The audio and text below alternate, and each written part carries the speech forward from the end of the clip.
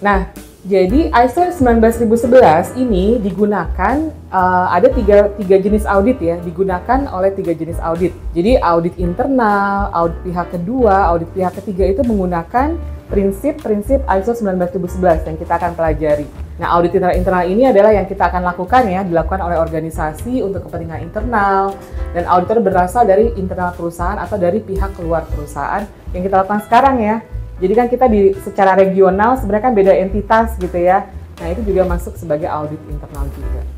Kemudian audit pihak kedua yaitu audit penyedia eksternal, misalnya dari customer yang audit ke kita gitu ya. Kemudian bisa juga dari pemberi kerja gitu ya, atau pihak pemegang saham. Ini yang dinamakan audit pihak kedua. Kemudian audit pihak berkepentingan eksternal lainnya, misalnya dari konsultan atau asosiasi.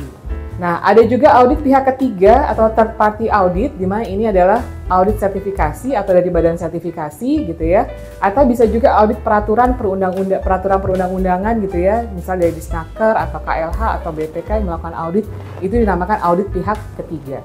Dan semuanya ini menggunakan sistem audit berdasarkan ISO 19011 yang akan kita pelajari gitu ya. Nah, rujukan daripada pelaksanaan audit adalah di klausul 9, evaluasi kinerja. Jadi ingat Bapak dan Ibu yang ada siklus PDCA ya, siklus PDCA Plan Do Check Action. Di plan itu kan ada klausul 4, 5, 6, 7 ya.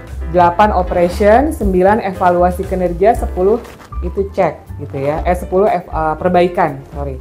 Nah, jadi audit internal ini ada di klausul 9, evaluasi kinerja. Yang dievaluasi itu apa Bapak Ibu? Kalau melihat dari prinsip PDCA, siklus PDCA. Cek itu ada di klausul 9, PDCA. Jadi kira-kira yang dicek itu antara plan dengan do-nya. Jadi yang dilakukan pengecekan, dilakukan evaluasi itu adalah antara planning dengan implementasi. Nah, itu yang nanti Bapak dan Ibu cek. Ada jadwal pelatihan. Jadwal pelatihan itu dalam kurun waktu setahun. Ya, kalau di SMAP itu kan wajib ya pelatihan terkait dengan anti bribery, terkait dengan refreshment terkait dengan penyuapan. Nah, misalnya ada jadwal pelatihan tapi implementasinya aktualnya tidak sesuai, tidak berjalan sesuai. Itu jadi temuan bukan? Temuan karena ada ketidaksesuaian antara plan dan do-nya. Plan dan aktualnya. Itu contohnya ya, seperti itu. Nah, kemudian ISO 19011 tahun 2018 ini adalah guideline untuk auditing system management.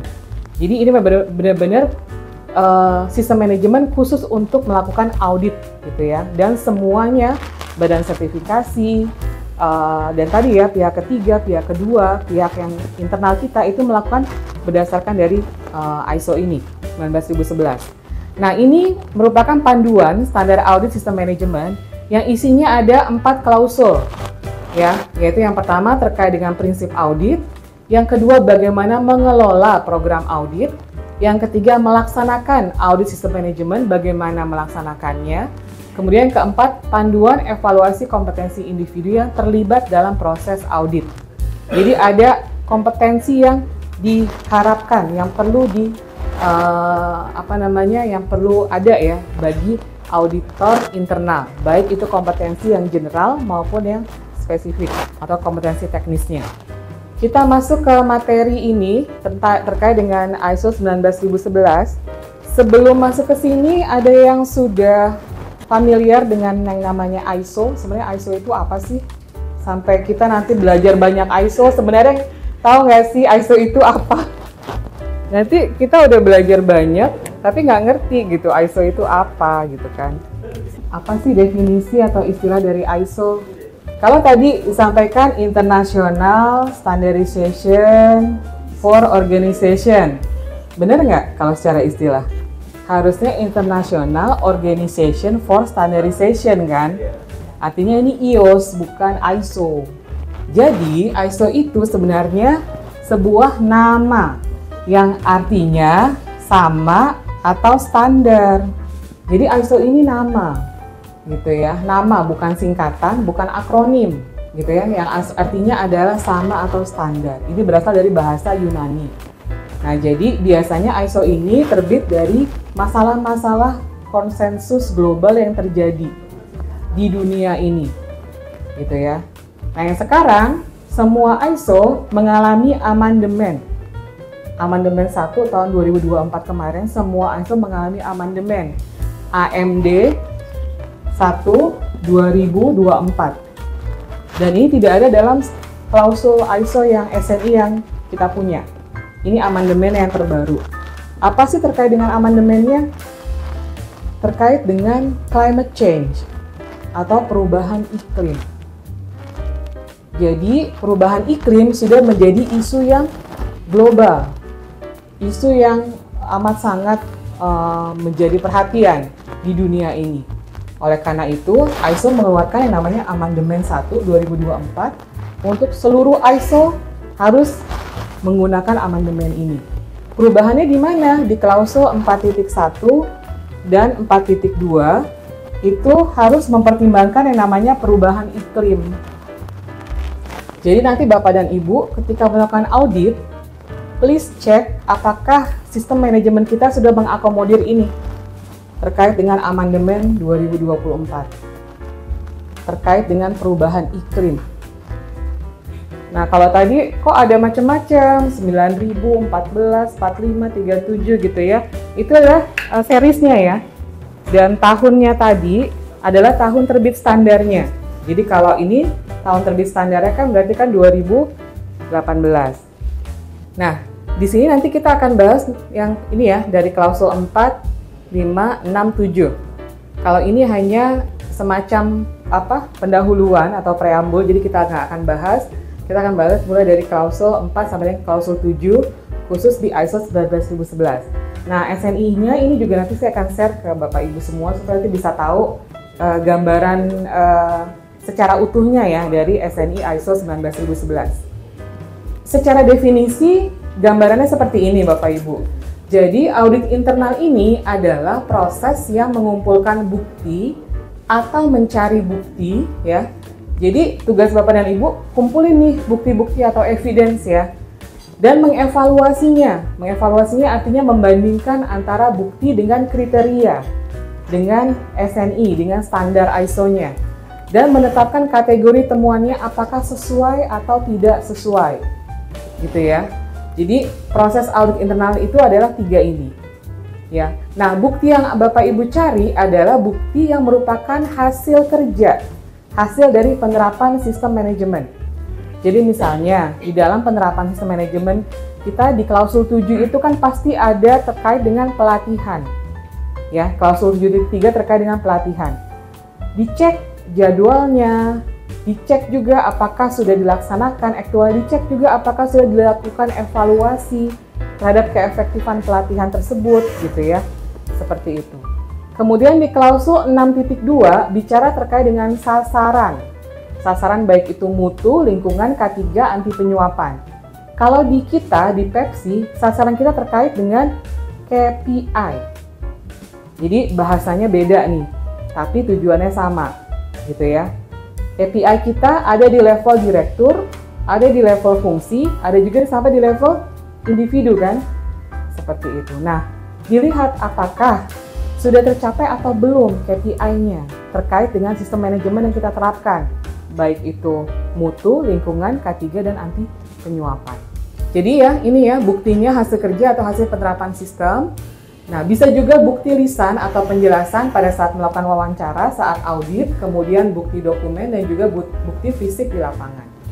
Nah, audit adalah proses yang terdokumentasi, artinya terdokumentasi ini harus ada laporan audit, harus ada rekodnya pada saat melakukan audit.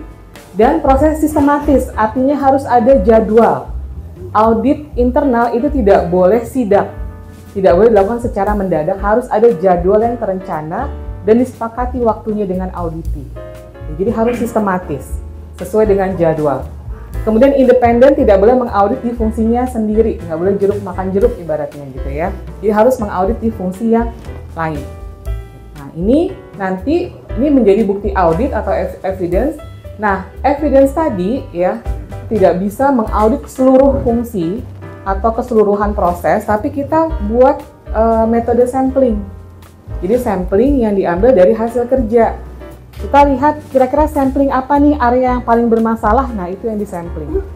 Nah kemudian dari bukti audit tadi kita evaluasi secara objektif apakah sudah sesuai dengan kriteria audit berdasarkan ISO 9000, 14, 45, 37, apakah sudah sesuai dengan STK kita, apakah sudah sesuai dengan panduan atau peraturan, regulasi. Nah ketika sudah kita lakukan evaluasi, kita buat kategori temuan audit apakah sudah sesuai atau belum dengan kriteria audit tadi. Sesuai atau tidak sesuai. Kemudian setelah itu kita buat kesimpulan. Ya, kesimpulan apakah sistem manajemen sudah berjalan dengan baik atau tidak, kinerjanya juga sudah baik atau tidak, sudah tercapai atau tidak. Gitu ya. Jadi buat tugas Bapak dan Ibu ya mulai dari mengumpulkan bukti sampai dengan membuat kesimpulan terhadap sistem manajemen yang sudah diterapkan. Ini definisi audit yang menyeluruh, audit internal maupun eksternal. Jadi bisa dilihat di sini buktinya itu bukan hanya terkait dengan dokumen, tapi juga observasi juga ya, bukti di lapangan gitu ya, hasil observasi gitu ya. Karena kalau yang 14.000 ataupun yang 45.001 itu pasti terkait dengan lingkungan kerja dan bagaimana terkait dengan peralatan kerja kita juga. Itu dievaluasi juga, dicek juga. Ada 7 prinsip audit. Yang pertama adalah auditor itu harus punya integritas. Ini merupakan landasan profesional dari auditor.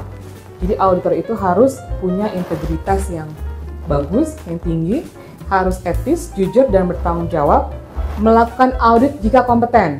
Gitu ya. Jadi tadi saya sampaikan, Bapak dan Ibu kira-kira passionnya di mana nih? Kira-kira lebih paham, lebih pede kalau mengaudit sistem manajemen yang mana nih, gitu ya. Jadi Anda bisa melakukan audit jika Anda kompeten di bidang itu. Jadi pilih bidang yang Bapak dan Ibu kuasai, itu yang Bapak dan Ibu lakukan audit, gitu ya. Jadi jangan yang tidak dikuasai, gitu ya. Kemudian tidak memihak, ya, adil dan tidak bias. Kemudian peka terhadap pengaruh pada penilaian. Kemudian presentasi yang adil, jadi wajib melaporkan laporan secara jujur dan akurat. Bersikap profesional, menjaga kerahasiaan dari fungsi yang diaudit, kemudian independen, tidak berpihak, kemudian pendekatan berbasis bukti, harus ada metode yang rasional ya, untuk mencapai bukti-bukti tadi. Kemudian pendekatan berbasis resiko, gitu ya. Jadi ini adalah yang baru dari versi yang lama. Jadi yang baru itu adalah nomor 7 ini, pendekatan berbasis resiko. Di mana semua audit sistem manajemen atau semua sistem manajemen itu semua harus menerapkan namanya risk-based thinking. Pendekatan berbasis resiko. Oleh karena itu, kita sebagai auditor juga harus melakukan audit dengan pendekatan berbasis resiko juga. Gitu. Nah, gimana sih caranya? Gitu ya, nanti ada how to-nya nanti ada. Oke. Next, auditor itu sebaiknya menghindari nitpicking. Apa sih nitpicking? Bawel. Jadi auditor itu nggak boleh bawel. Ya. Auditor itu berasal dari kata auditory, yang artinya harus lebih banyak mendengar daripada berbicara. Gitu ya. Kemudian harus bisa mengambil poin-poin penting dan harus tepat waktu sesuai dengan jadwal. Ya. Sebisa mungkin nggak boleh terlambat. Lakukan sesuai dengan audit plan. Dengan rencana, dengan jadwal. Hindari perdebatan dengan auditi, ya. Apalagi nanti kalau ada lead auditor itu harus bisa menangani konflik, ya. Kalau misalnya ada perdebatan. Dan audit harus berdasarkan dari persyaratan, requirement, dan harus bisa menghargai kerahasiaan. Auditnya berdasarkan sistem, bukan individu. Jadi nanti kalau Bapak dan Ibu menemui satu kejadian di mana ada satu, biasanya kalau terkait dengan behavior kan di K3 itu kan ada personel ya yang tidak melakukan sesuai dengan peraturan gitu ya. Tapi jangan pernah menulis namanya di temuan audit. Tapi tuliskan ada satu orang pekerja di fungsi apa gitu ya, ditemukan tidak melakukan ini gitu ya. Nah, jadi nggak boleh mengaudit individu. Karena kita lakukan audit berdasarkan sistem bukan individu. Kemudian catat bukti objektif karena kita tidak mungkin mengingat ya banyak hal, jadi sebisa mungkin auditor itu harus lebih banyak mencatat, gitu ya. Kemudian lakukan audit di tempat auditi bekerja, ya. Jadi jangan nanti audit audit internalnya di hotel gitu ya, lakukan di tempat auditi bekerja. Tadi yang pertama terkait dengan istilah dan definisi ya, sudah kita bahas di klausul 4. Nah ini di klausul 5 terkait dengan bagaimana mengelola program audit gitu ya. Audit program dengan audit plan itu berbeda Bapak Ibu. Kalau audit program itu penentuan ya, kita melakukan audit internal ini berapa kali sih dalam setahun? Apakah 1 tahun sekali, atau per 6 bulan, atau per 3 bulan. Nah itu namanya audit program. Tapi kalau jadwal audit itu rincian ya. Rincian misalnya di tanggal 10 yang melakukan audit mulai dari jam berapa sampai dengan jam berapa. Nah itu audit plan namanya. Nah kalau audit program adalah tadi ya, terkait dengan siklus pelaksanaan auditnya. Nah, ketika kita melakukan penetapan tujuan program audit, kita buat program auditnya, kemudian kita terapkan program auditnya, dan kita pantau ya program auditnya dan kita review kembali ya. Nah, kemudian, yang berbeda di versi yang terbaru ini adalah kita harus membuat program audit yang berbasis resiko. Apa sih resikonya? Ya, resiko dalam pelaksanaan auditnya seperti apa? Resikonya terkait dengan auditinya, yaitu adanya ketidakhadiran atau kehadiran tim audit gitu ya. Kemudian terkait dengan persaingan tujuan audit. Jadi kalau misalnya kayak kita nih menggunakan beberapa integrasi sistem manajemen, pasti akan ada yang condong ke satu sistem manajemen tertentu gitu. Nah, kemudian itu resikonya ya. Kemudian resiko terhadap tim auditnya tidak tercapainya tujuan audit. Nah, untuk resiko ini sebenarnya ini kita sebaiknya harus mencantumkan resiko terkait dengan program audit ini di dalam TKO audit internal sistem manajemen kita. Kira-kira sudah ada atau belum Mas Andi? Ada ya, oke, bagus kalau sudah ada. Jadi ini ya. Nah, sebelum Bapak dan Ibu melakukan audit, sebaiknya baca dulu TKO audit internal sistem manajemen terintegrasi. Oke, baca dulu TKO-nya supaya tahu dan paham ya, apa sih formulir yang nanti kita gunakan gitu ya. Terus bagaimana tahapannya. Nah, itu sebaiknya baca dulu TKO terkait dengan audit internal sistem manajemen.